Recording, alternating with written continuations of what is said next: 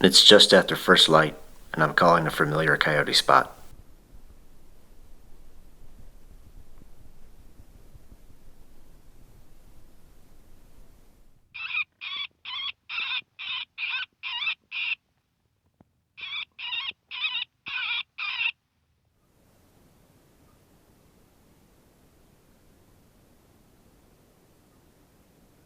Coyote coming in from the right.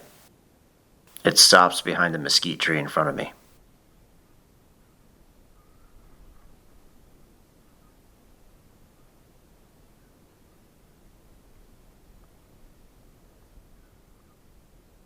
Then it steps out just enough.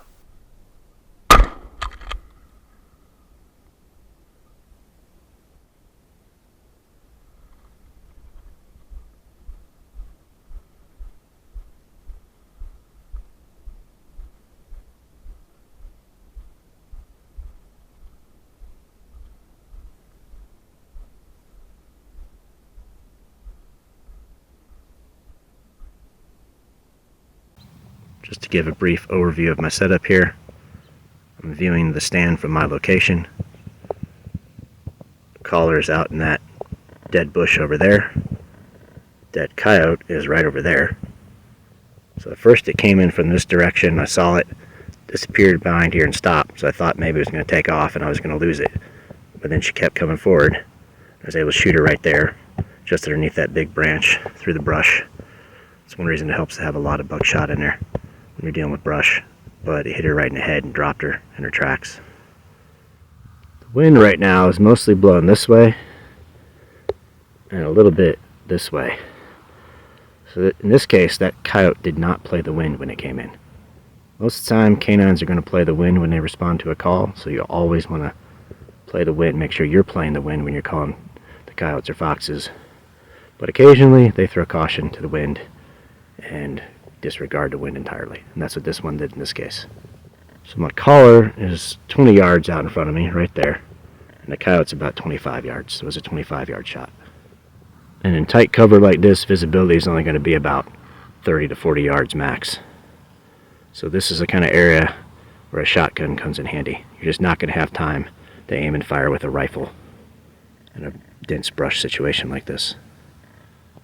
So you can actually get quite a few coyotes if you make it a point to target dense brushy areas where they feel secure. They're more likely to come in the middle of the day.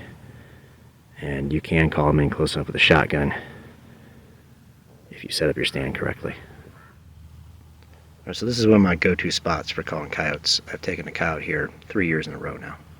So it's, as a predator caller, it's a good idea to keep some spots like that in your memory and come back periodically, because sometimes they can pay off, but it's important not to overhunt them. So I've taken one here every year, and I'm probably not going to come back again here until next year.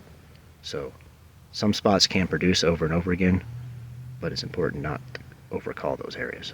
The brown pin marks an area where I know coyotes always tend to reside. The 3 black pins represent coyotes I've killed 3 years in a row in this area. The wash has a lot of coyote sign in it, and the little road crossing it often has coyote scat up and down it. My truck is parked along the larger road to the north. The blue dot is my stand location. The wind for this stand was mostly southerly. I made sure to stay upwind of the wash when I chose my location. I would not call this location if the wind were from a northerly direction. So here's the coyote. This is another young female. Looks like this one took most of the buckshot right in the head, so it dropped pretty quick. This stand was close to the truck, so I didn't skin it out in the field. It's still early in the day and a little bit cool, so I should be able to get away with doing a stand or two before I skin it. Set up for stand number 2.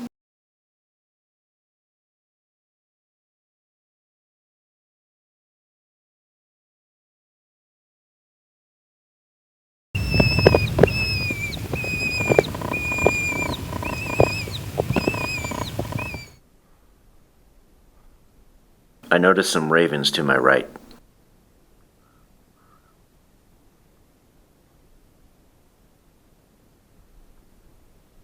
Bobcat far left where the shotgun is pointing.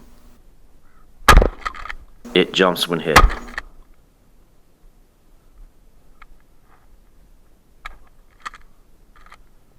Alright, so this is my second stand of the day. Got a coyote in the first stand, and I just got a bobcat on the second one.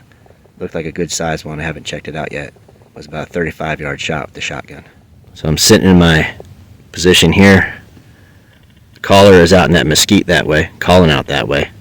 The wind is mostly going this way. That cat came in from behind me.